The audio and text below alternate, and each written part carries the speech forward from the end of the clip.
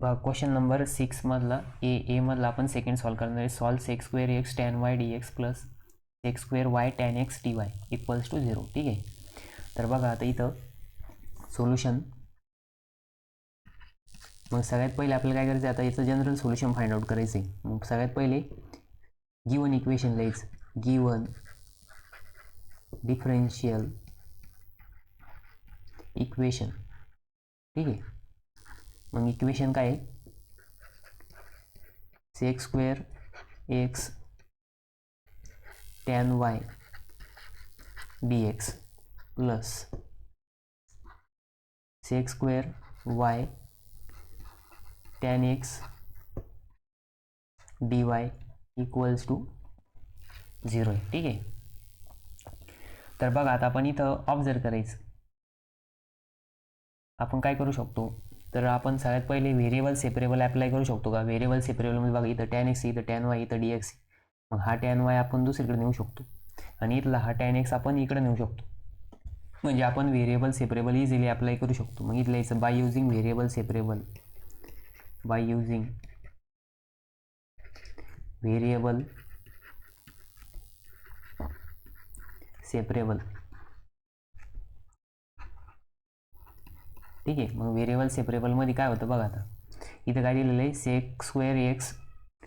मग सगळ्यात पहिले व्हेरिएबल सेपरेबल करताना डी एक्स आणि डी वाय ह्या सेपरेट करायची, म्हणजे इक्वल टूच्या साईनच्या अपोजिट न्यायची. ठीक आहे. मग ही टर्म इकडेच ठेवू, हा इकडे नेऊ. ठीक आहे. म्हणजे sec x into tan y d x या बाजूला राहू द्या आणि मायनस साईन, हे प्लस इकडे गेलं मायनस होणार.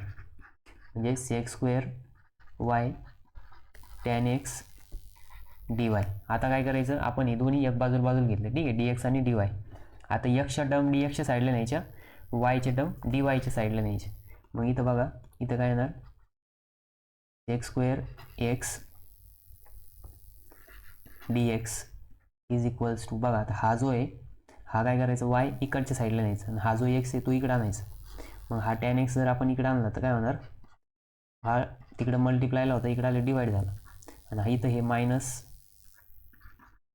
सेक्स स्क्वेअर वाय अपॉन हा टॅन एक्स. हा टॅन एक्स किंवा याला टॅन वाय म्हणा. ठीक आहे. टॅन वाय आणि हा डी वाय इथं तसंच राहिला. हा इकडं मल्टिप्लाय होता, इकडे आलं डिवाइड झाला. आणि हा इकडं मल्टिप्लायला होता, हा इकडे गेलं डिवाइड झाला. ठीक आहे. मग आता बघा ही याला रिअरेंज करून लिहू, sec square x d x upon tan x is equals to minus sec square y d y upon tan y. ठीक आहे. मग काय करायचं, आता इंटिग्रेशन करायचं.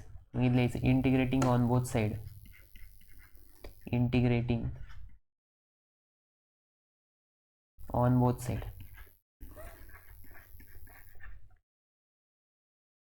ठीक आहे. मग दोन्ही बाजूने इंटिग्रेट करायचं. मग इथे येणार integration of sec square x d x upon इथं काय tan x. Tan x is equals to minus sign integration sec square y upon tan y d y. ठीक आहे. मग आता बघा आपल्याकडे इंटिग्रेशनमध्ये एक फॉर्म्युला आहे. जर डिनॉमिनेटरला फंक्शन आहे आणि वरती त्याचा डेरिव्हेटिव्ह, बघा इंटिग्रेशन ऑफ, बघा टॅन एक्सचा डेरिव्हेटिव्ह काय तो सेक्स स्क्वेअर एक्स येतो. मग बघा वरती काय दिलेलं आहे, एफ डॅश ऑफ एक्स दिलेलं आहे आणि डिनॉमिनेटरला काय दिलेलं आहे, एफ ऑफ एक्स एक फंक्शन दिलेलं आहे.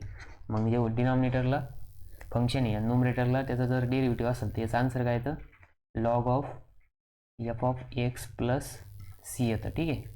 मग आता इथे येणार लॉग ऑफ एफ ऑफ एक्सचं काय येणार बघा, log of tan x is equals to minus log of tan y plus c येणार. आता हे इकडं काय मायनस, इकडे गेलं काय होईल, प्लस होईल. म्हणजे इथे येणार log of tan x plus log of tan y. ठीक आहे. वाटलं त्याला ब्रॅकेट घ्या, इज इक्वल्स टू कॉन्स्टंट. मग हे काय आपलं डिफरेन्शियल इक्वेशन आलं. ठीक आहे. हे काय आलं आपलं general solution of given differential equation. मग इथं आपण काय केलं, व्हेरिएबल सेपरेट केले, त्याच्यानंतर इंटिग्रेशन घेतलं दोन्ही बाजूनी, आणि एफ डॅश ऑफ एक्स आपण एफ ऑफ एक्स म्हणजेच काय राहतं log of f of x plus c राहतं, कारण की टॅन एक्सचा डेरिव्हेटिव्ह सेक्स स्क्वेअर एक्स येतं आणि टॅन वायचा डेरिव्हेटिव्ह सेक्स स्क्वेअर वाय येतो. ठीक आहे, आणि इकडे मायनस होतं, इकडे आले प्लस झालं, आणि final answer log of tan x plus log of tan y equals to constant. ठीक आहे, मग इथं येणार फायनल आन्सर. ठीक आहे, आता आपण नेक्स्ट सॉल्व करू.